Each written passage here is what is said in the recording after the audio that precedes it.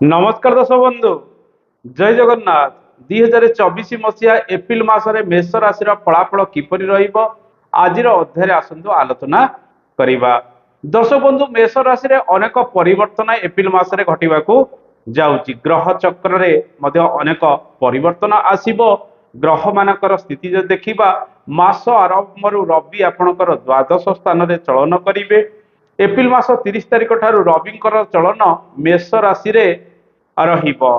बुध मास आरंभ आपंक राशि रे चलन करिवे। 9 तारिख ठारू से द्वादश स्थान मीन राशि रे वक्री अवस्था रे चलन आरंभ करिवे। शुक्र मास आरंभ द्वादश स्थान रे चलन करिवे एवं 24 तारिख ठारू से आपंक राशि रे चलन करिवे। मंगल मास आरंभ आपंकर एकादश स्थान रे चलन करिवे। 23 तारिख ठारू से द्वादश स्थान रे चलन करिवे। बृहस्पति पूर्व मास परी ए मासरे मध्ये आपनक राशि रे चलन करिवे। राहु मास सारा द्वादश स्थान रे चलन करिवे। केतु मास सारा षष्ठ स्थान रे चलन करिवे। शनि मास सारा आपनकर एकादश स्थान रे कुंभ राशि रे चलन करिवे। दर्शक बंधु ए तो थिला ग्रह मानकर स्थिति। ए मासरे अनेक परिवर्तन राशि चक्र रे रहिछि से विषय आसंतु आलोचना करिबा। सर्वप्रथमे स्वास्थ्यर स्थिति किपरि रहिबो। ए मासरे प्रायतः अधिकांश ग्रह जदि देखिबा तीन गोटी राशि रे रहिबे। मेष राशि, मीन राशि एवं कुंभ राशि। ए राशि रे प्रायतः सर्वाधिक ग्रह मानकर स्थिति रहुथिबारु आपणक राशि रे किछि ना किछि परिवर्तन रहिछि। स्वास्थ्य को नहीं देह पार जत्न नेबे जेहेतु रवि, मंगल, राहु इत्यादि ग्रह द्वादश रे रहुचंती। पाद गोड़े समस्या किछि समय समय बढ़िबार संभावना रहिछि।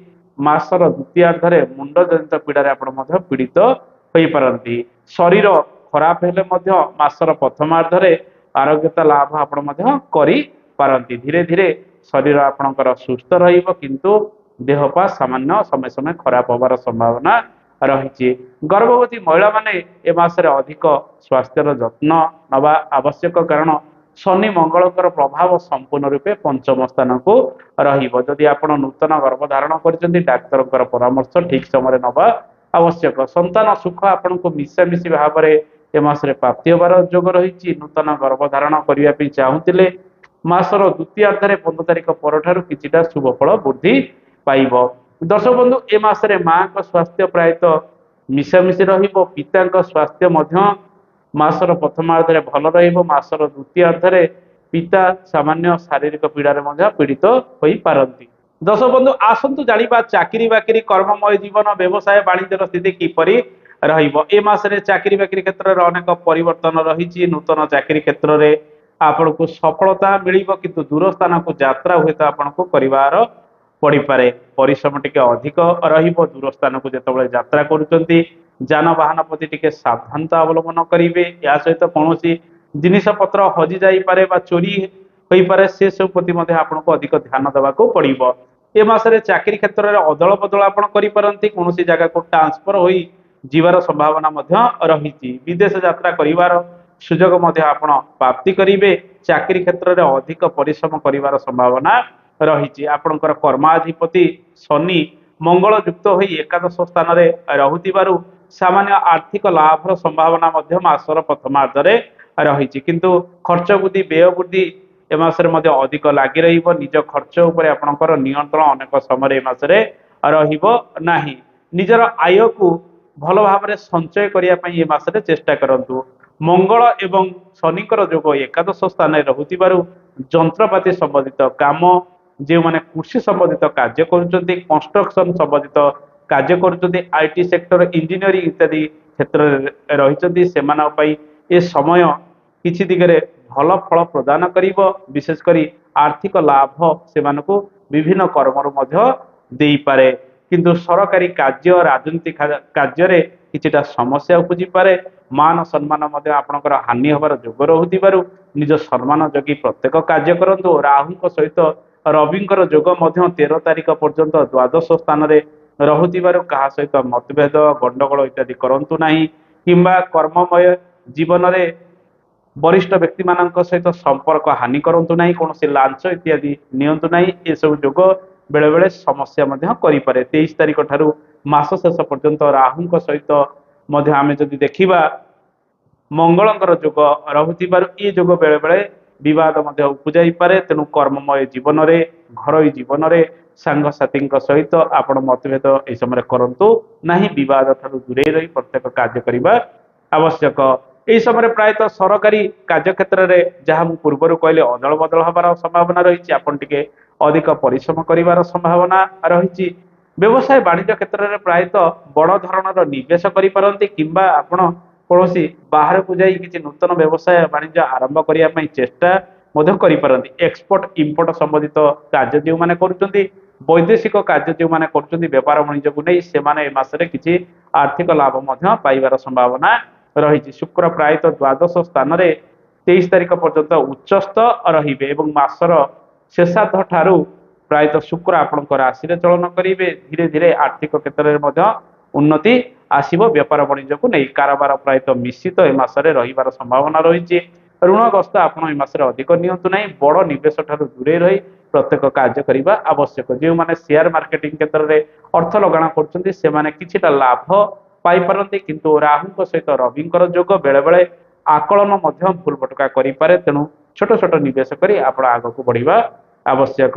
ଏ ମାସରେ ପ୍ରାୟତଃ ବିଦେଶ ଯାତ୍ରା ଯଦି ଆପଣ କରିବା ପାଇଁ ଚାହୁଁଛନ୍ତି, ପୂର୍ବରୁ ମୁଁ ଯାହା କହିଲି ସେ ସବୁ କାର୍ଯ୍ୟ ଗୁଡ଼ିକ ନିହାତି କରିବା ଆବଶ୍ୟକ। ଯେଉଁମାନେ ପାଠ ପଢ଼ାପଢ଼ି ପାଇଁ କୌଣସି ବିଦେଶ ଯାତ୍ରା କରିବା ପାଇଁ ଚାହୁଁଛନ୍ତି ସେମାନେ ଏ ମାସରେ କଠିନ ପରିଶ୍ରମ କରିବେ।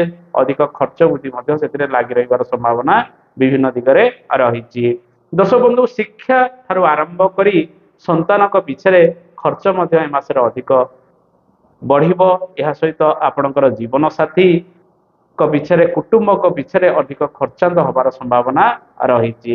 ଦର୍ଶକ ବନ୍ଧୁ, ଆସନ୍ତୁ ଜାଣିବା ଏ ମାସରେ ବିଦ୍ୟାର୍ଥୀ ମାନଙ୍କ ପାଇଁ ସମୟ କିପରି ରହିବ। ବିଦ୍ୟାର୍ଥୀ ମାନେ ଆପଣଙ୍କର ପଞ୍ଚମାଧିପତି ରାହୁ ଯୁକ୍ତ ହୋଇ ଦ୍ୱାଦଶରେ ରହିବେ, ତତ୍ପରେ ଉଚ୍ଚସ୍ଥ ରହିବେ ମେଷ ରାଶିରେ 13 ତାରିଖ ପରଠାରୁ। ତେଣୁ ବିଦ୍ୟା କ୍ଷେତ୍ରରେ ପ୍ରାୟତଃ ଅନ୍ୟମନସ୍କ ଆପଣ ସମୟ ସମୟ ହୋଇପାରନ୍ତି। ଓଭର କନଫିଡେନ୍ସ ଆପଣଙ୍କର ମନରେ ବେଳେ ବେଳେ ଆସିପାରେ, ଯାହାଫଳରେ ଭୁଲ ଭଟକା ହୋଇପାରେ। କିନ୍ତୁ ଧୀରେ ଧୀରେ ସେଥିରେ କିଛି ପରିବର୍ତ୍ତନ ମାସର ଦ୍ୱିତୀୟାର୍ଦ୍ଧରେ ଆସିବାର ସମ୍ଭାବନା ରହିଛି। ବିଦ୍ୟାର୍ଥୀମାନେ ସଫଳ ହେବେ, ବିଭିନ୍ନ କାର୍ଯ୍ୟରେ ଆଗକୁ ମଧ୍ୟ ବଢି ପାରନ୍ତି। ଦର୍ଶକ ବନ୍ଧୁ, ଆସନ୍ତୁ ଜାଣିବା ବିବାହ, ଦାମ୍ପତ୍ୟ ଜୀବନ, ପାରିବାରିକ ସୁଖ, ଲଭ୍ ଲାଇଫର ସ୍ଥିତି କିପରି ରହିବ।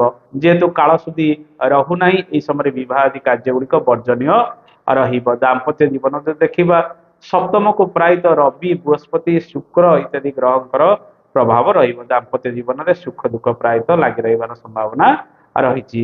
ଶଯ୍ୟା ସୁଖ ସାମାନ୍ୟ କିଛି ବ୍ୟାଘାତ ଉପୁଜିପାରେ ବା ସାମାନ୍ୟ କିଛି ମତଭେଦ ଶୋଇବା ଘରେ ହବାର ସମ୍ଭାବନା ରହୁଥିବାରୁ ଆପଣଙ୍କୁ ସେସବୁ ପ୍ରତି ଧ୍ୟାନ ଦେବାକୁ ପଡିବ। ଜୀବନ ସାଥୀଙ୍କୁ ନେଇ ଦୂର ସ୍ଥାନକୁ ଯାତ୍ରା କରିପାରନ୍ତି। ତାଙ୍କ ପିଛରେ କିଛି ସାମାନ୍ୟ ଖର୍ଚ୍ଚ ବଢିବାର ସମ୍ଭାବନା ରହିଛି। ଧୀରେ ଧୀରେ ମାସର ଶେଷାର୍ଧ ଠାରୁ କିଛିଟା ଶୁଭତ୍ୱ ଫଳ ଗୁଡିକ ସାମାନ୍ୟ ବଢିପାରେ।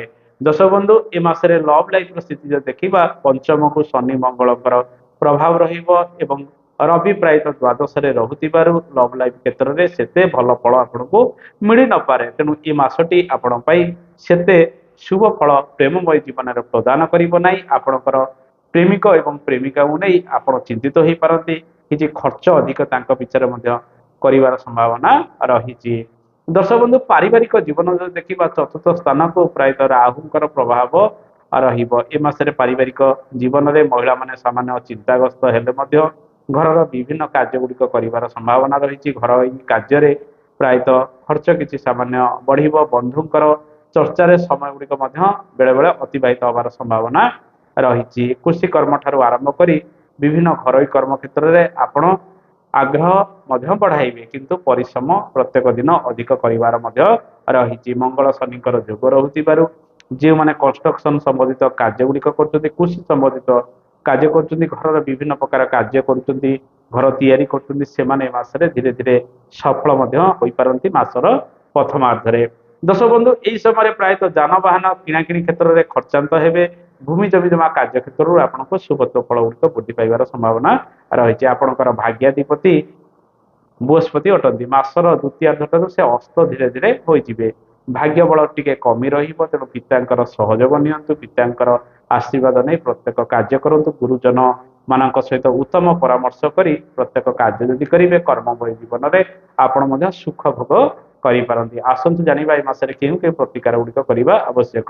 ରବିଙ୍କ ସହିତ ରାହୁଙ୍କର ଯୋଗ ରହୁଥିବାରୁ ଏ ଗ୍ରହଣ ଯୋଗ ଫଳରେ କିଛି ସମସ୍ୟା ମତଭେଦ ପିତାଙ୍କ ସହିତ ଉପୁଜିପାରେ, ଉପରସ୍ଥ ଅଫିସରଙ୍କ ସହିତ ଉପୁଜିବାର ସମ୍ଭାବନା ରହୁଥିବାରୁ ଆଦିତ୍ୟ ହୃଦୟ ସ୍ତୋତ୍ରମ୍ ପାଠ କରିବେ। ସୂର୍ଯ୍ୟ ନମସ୍କାର ପ୍ରତ୍ୟେକ ଦିନ ହବା ଆବଶ୍ୟକ। ଏହା ସହିତ ପ୍ରତ୍ୟେକ ଶନିବାର ଦିନ ଏବଂ ପ୍ରତ୍ୟେକ ମଙ୍ଗଳବାର ଦିନ ଘରେ ଟିକେ ସୁନ୍ଦରାକାଣ୍ଡ ଇତ୍ୟାଦି ପାଠ କରନ୍ତୁ, ଅଶୁଭତ୍ୱ ଦୂରୀକରଣ ହବ। ଦର୍ଶକ ବନ୍ଧୁ, ଏଇ ଛୋଟ ମୋଟ ଉପାୟ ଗୁଡ଼ିକ କରନ୍ତୁ, ଦେଖିବେ ଶୁଭ ଫଳ ଗୁଡ଼ିକ ବୃଦ୍ଧି ପାଇବ। ଏ ତ ଥିଲା ମେଷ ରାଶିର ଫଳାଫଳ। ଆଶା କରେ କାର୍ଯ୍ୟକ୍ରମଟି ଆପଣଙ୍କୁ ଭଲ ଲାଗିଥିବ। କାର୍ଯ୍ୟକ୍ରମ ସମ୍ପର୍କରେ ମତାମତ ଦେବେ। ଆଜି ତ ସମୟ ହେଇଗଲାଣି, ଆଜି ପାଇଁ ଏତିକି। ନମସ୍କାର, ଜୟ ଜଗନ୍ନାଥ, ଧନ୍ୟବାଦ।